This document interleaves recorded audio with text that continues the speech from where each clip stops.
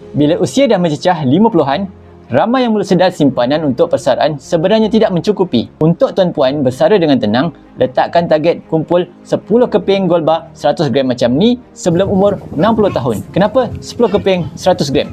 Ini kerana dengan harga emas sekarang sekitar RM63,000 untuk gold bar 100 gram macam ni, nilai 10 keping 100 gram dah mencecah RM630,000. Kenaikan harga emas secara purata adalah 10% tahun. Dalam masa 10 tahun, tidak mustahil nilainya sudah mencecah lebih RM1 juta.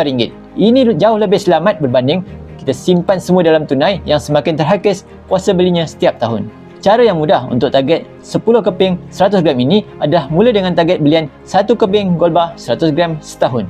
Jika boleh digandakan, beli 2 keping 100 gram dalam masa 1 tahun. Dalam masa kurang 10 tahun, tabungan emas tuan-puan akan cukup untuk tampung kos hidup semasa persaraan tanpa terlalu bergantung kepada simpanan tunai.